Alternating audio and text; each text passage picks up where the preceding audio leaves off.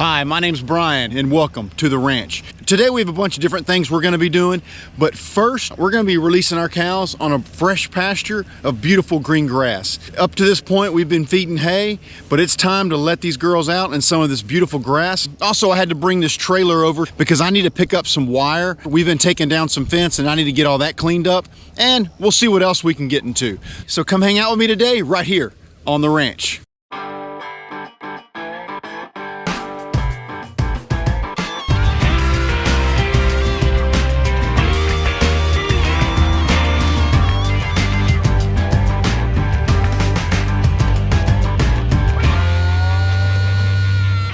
We're back at the garage. I had to pick up a few supplies. The next thing I'm gonna do, I'm gonna go over to that pasture where we're gonna move the cows to.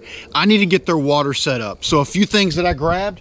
One is our Job, you can see it, our Job Mega Flow valve and float, Teflon tape, and some pliers. Hopefully it's all it's gonna take to get this going. I feel like every time I go and set up water after the winter, there's always a problem. Whether it's a leaky hose or a valve that's messed up, it's always something. Hopefully today, everything will go smooth. We can get that water set up and going well, and we can get these cows moved over to this fresh green grass.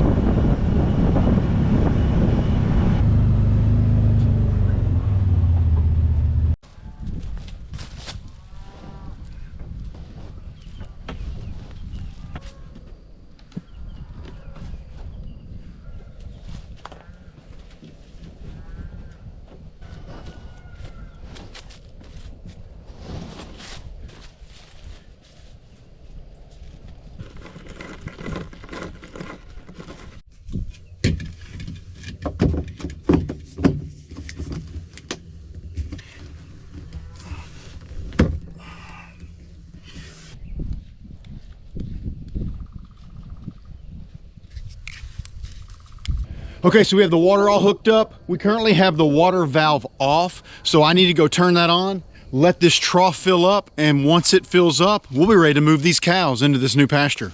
So here's an up close look at the grass that we're turning these cows into. You can see that we have the coastal Bermuda grass already starting to come up. This is the beginning stages of it. There's a lot of places where it hasn't come up on our place.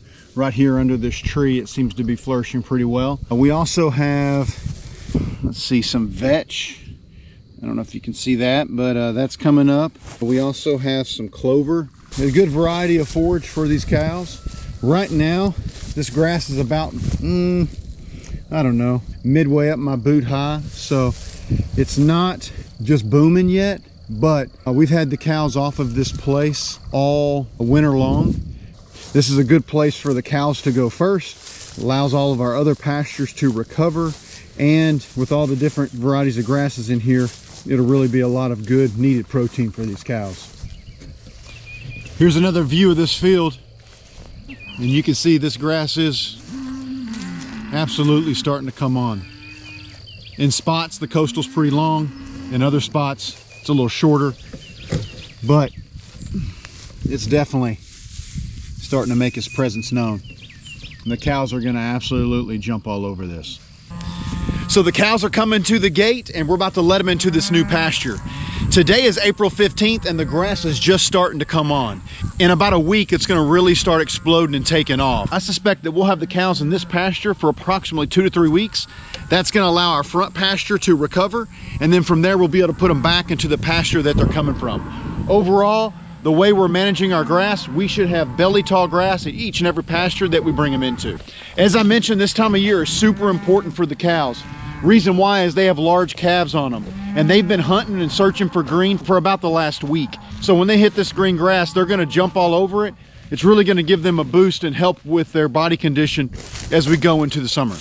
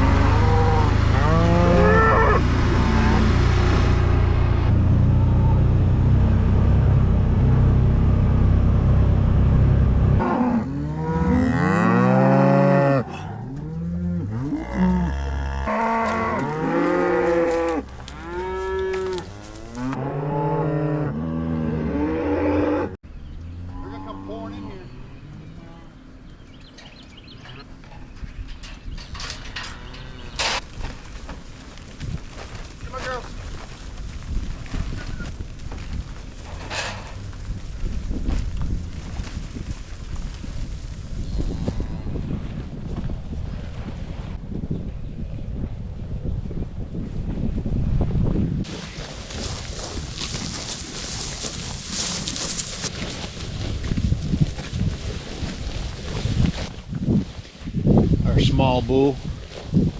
He's starting to look a lot better. Number 11, our first calver of the year. She's doing good.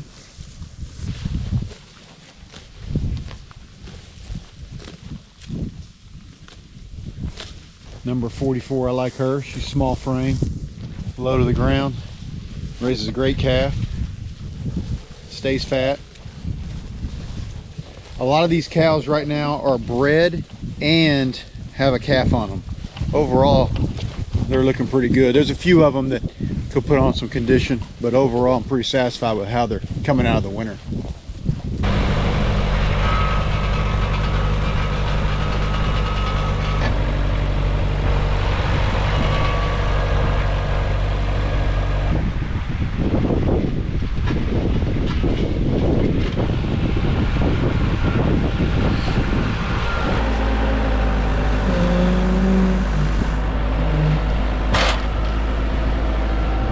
So what we're doing now is that I have my uncle in the tractor. He is gonna go get a couple scoops of dirt.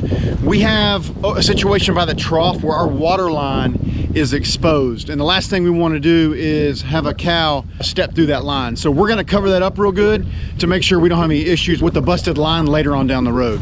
Once we get that done, we'll be good to go. We have the cows in, and we have the mineral brought in from the other pasture, and that's done.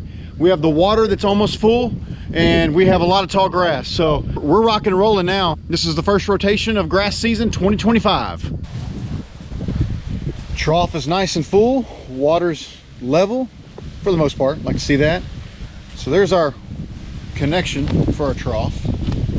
And that is the water line, which is in the pastures. I think I could have picked a better spot for this trough. I think eventually we're gonna have to move it. In the meantime, we're gonna put some dirt here just to get this nice and covered up so there's no chance that the cows can step through it.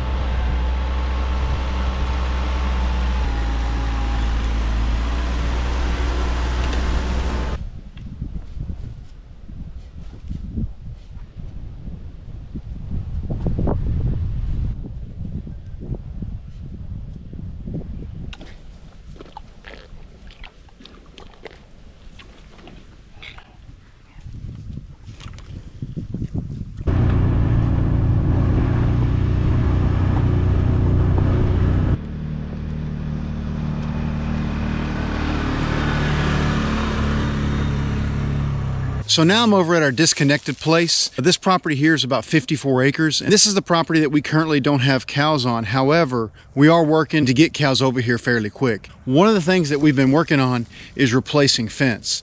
The existing fence here is just a little dilapidated and starting to fall down. So what we're doing is removing the old fence and putting in new. Today what I'm going to do is I have a fence line that's probably, I don't know, 700-800, maybe 1,000 yards. I'm going to start taking down wire and post so that way we can go back and we can fence it. And then also if there's any trees or limbs or anything in the way, I can go ahead and clear that out to make fencing that section a lot easier. It's tempting for me just to leave the fence as it is. It's a lot more work, obviously, to pull the fence down and rebuild it. However, I'll have peace of mind knowing when I'm not here that the cows will remain on the farm. The last thing that I need is the cows getting over to the neighbor's property, especially in this side of the place, because there's probably hundreds of acres of woods that's next to me. It'd be very difficult if the cows did get out trying to round them all up and get them back. Better just to do it right the first time, knock all the fence down, redo it. I know it's done right. I don't have to worry about it moving forward. You can see right here, this is an H-brace, and that thing's rotten. So stuff like that we're taking out.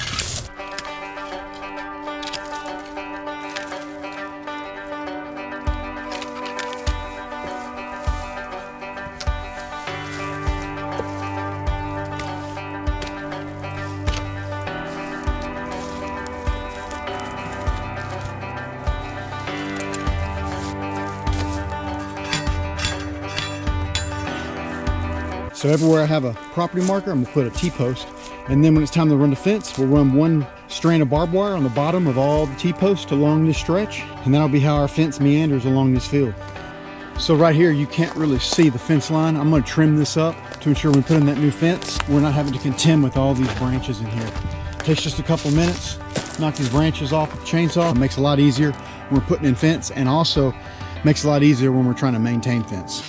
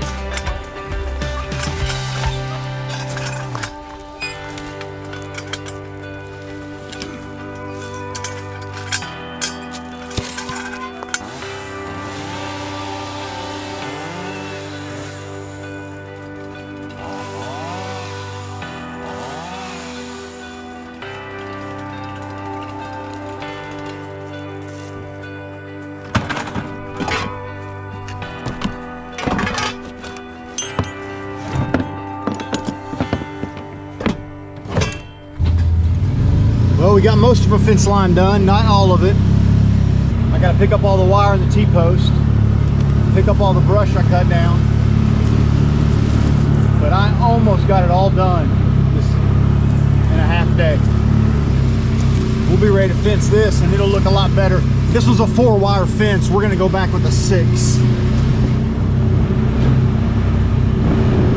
Overall, looks good. I won't have to worry about branches laying on top of the fence anymore.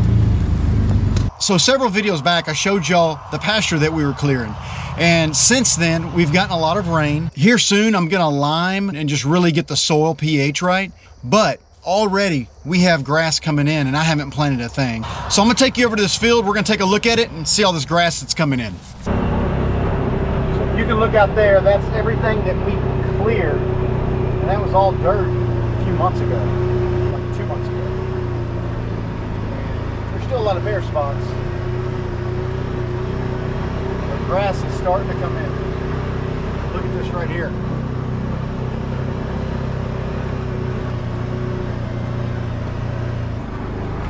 Do have some washing up here. We're gonna have to do something about this. Some of them are pretty deep. But overall, this grass is coming in. The only thing that I planted was ryegrass and a little bit of foxtail millet, which I don't even see coming up yet. The washing's making this pasture bumpy, so we're gonna have to fix that. A little bit of what looks like Johnson grass coming in.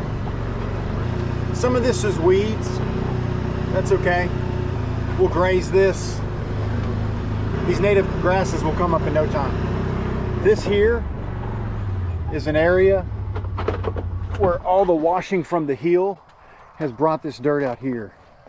Now, one thing that makes me sad is that some of my dirt is across my property line, but I can't do anything about that now. And so that's why I said in that original video, if you don't have to doze it, don't, because this is what happens. That's a lot of soil that's completely lost.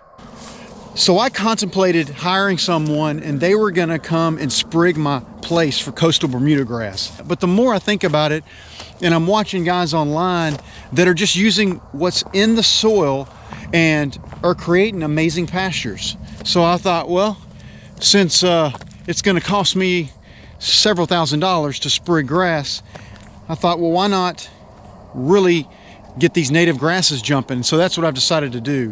My plan for this pasture here is to keep the cows off of it at first for like maybe the first half of the year, and then at the end of the year is when I'm gonna start unrolling that hay and grazing the cows. And hopefully with that, we're gonna put some carbon on the ground and really take this pasture to another level. One last view I want to take, I want to go to the top of the hill where this pasture continues, and I want to look up there and see how it's doing. That hill is creating some washing, and I want to see how bad that washing is, and then also I want to see if we have grass coming in some of those washout spots.